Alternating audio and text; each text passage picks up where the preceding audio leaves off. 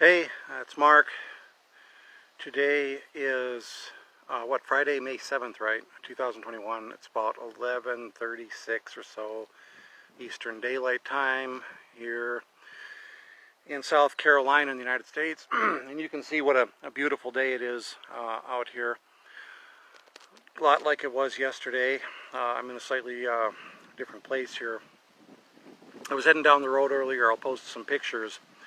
But a female deer came out with a very young doe, and we were looking at each other from not too far away. The doe looked like the doe was pretty young and kind of laid down in the road, and I got up pretty close. Mom moved off into the woods. I wasn't trying to interfere in any way, just trying to get past, trying to record it, but goofed up the recording. But I did get a couple pictures. I'll post them. But yeah, that was a baby deer. It was real neat to see that. Got a couple other pictures of some animal tracks. I'll post that. The new Red Terror. Okay. People who knew them both, Lenin and Stalin, would have told you, they always said, Lenin was the worst of the two. Lenin understood that in order to rule through terror, and by the way, the October Revolution was not a revolution, it was a coup d'etat. They seized power. They did not have a lot of popular support, and he had to consolidate power through terror. And Lenin understood that in order to terrorize people and remain in power, the terror had to be truly random.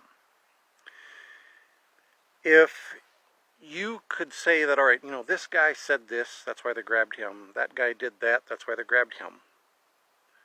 And if there were a pattern to it, then a reasonable expectation, you're not saying this, you're not doing that, you're reasonably safe. And if you're reasonably safe, then you have time for thoughts about the grander scheme of things.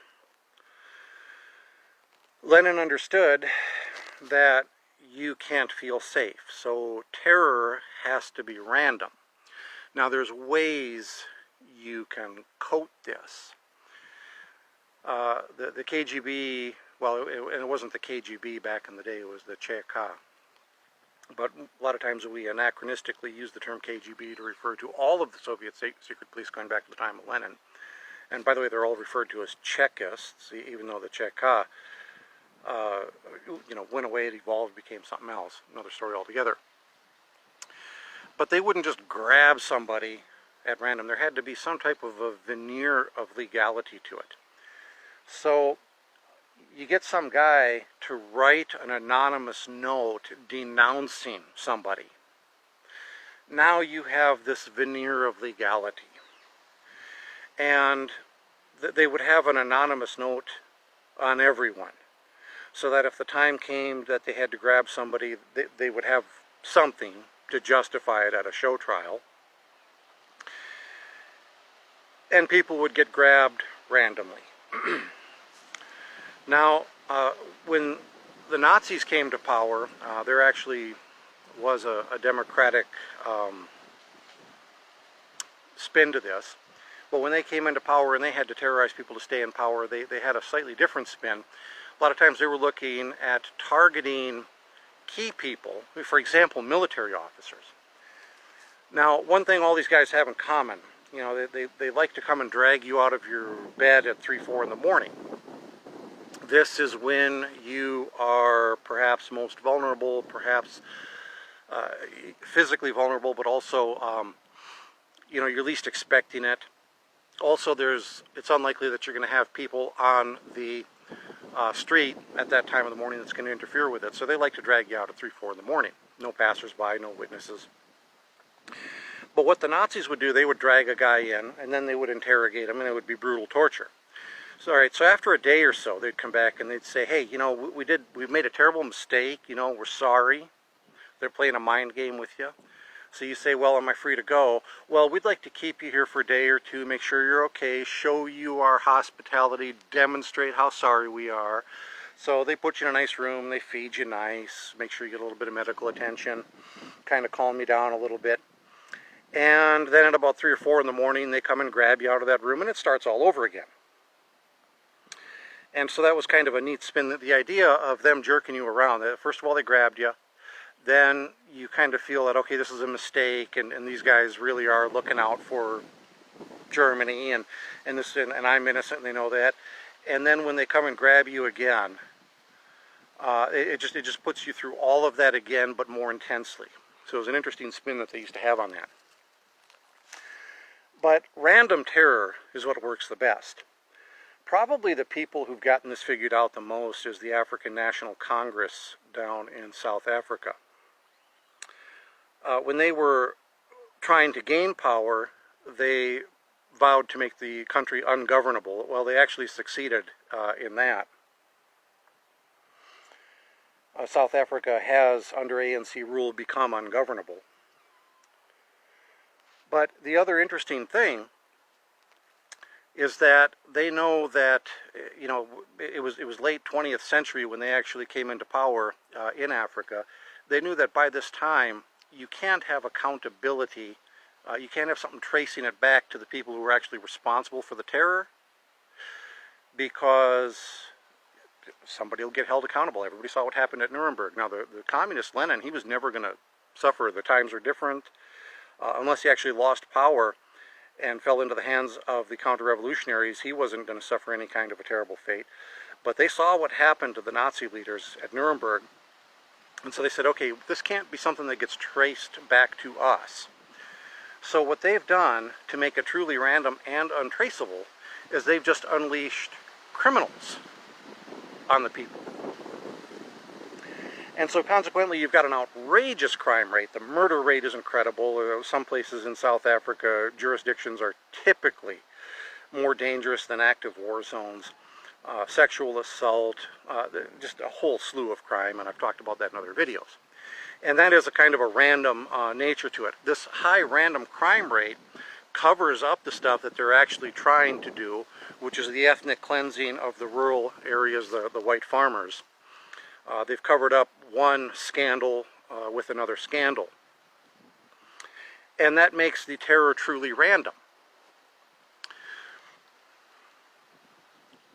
Because you never know if you're going to get murdered, raped, robbed on your way to the store to buy something. Unlikely you're going to a job because unemployment is so high, but that's another factor too also.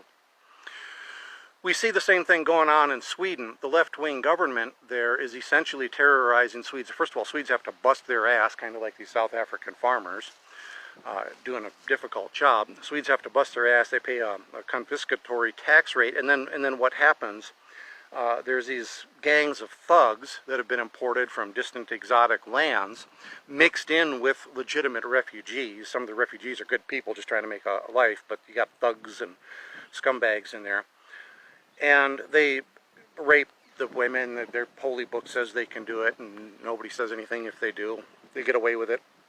You see the same thing going on in France. We saw an outbreak of it here a couple of years ago on a New Year's Eve. We saw a big problem with it in Germany. You see it in the United Kingdom.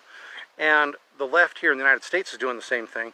First of all, they want to defund the police, and they want to unleash mobs of people to go in and loot stores and burn everything down and claim it's reparations, or to just attack police stations as they're giving police the stand-down orders. We've seen this happen in Democrat-controlled cities, left-wing Democrat-controlled cities, not just run-of-the-mill Democrat-controlled cities.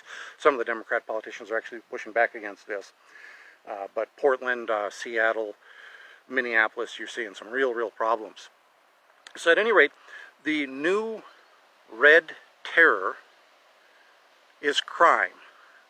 You blame the police, you blame society, you blame circumstances, you make excuses for the criminals, you let them out of prison, soft sentences, or let them out because you don't want them to get some disease or something, this COVID thing.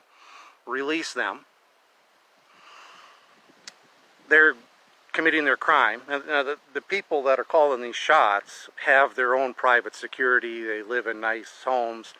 The police in some jurisdictions are tasked to protect, for example, the mayors, the district attorneys who are making these decisions. So these guys are safe. It's kind of like in South Africa, once again. The police are protecting the African National Congress cadres. It's everybody else that has to suffer. Now, let me be very clear, all right?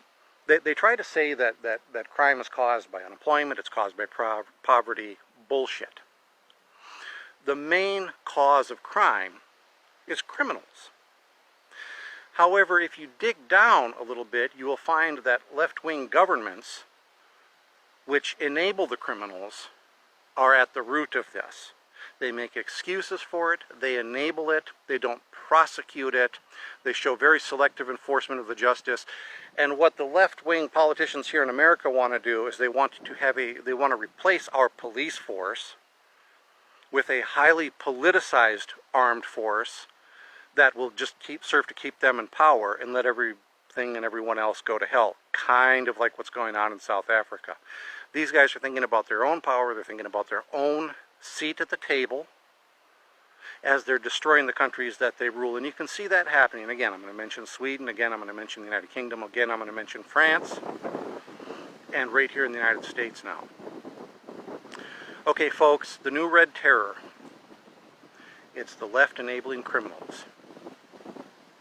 Now, it's not going to say that they're not going to fall back on some of these old ways, like having a secret police drag you out of bed at 3 or 4 in the morning, because that works pretty well too. But an incredible crime rate as cover for ethnic cleansing, that's what you're looking at, that's what you're looking for, that's the direction it's going, it's got to be stopped. Okay, everybody, I'm going to go back to enjoying this wonderful day. Uh-oh, got a cloud up there, so I better get back before inclement weather sets in. Ciao, everybody.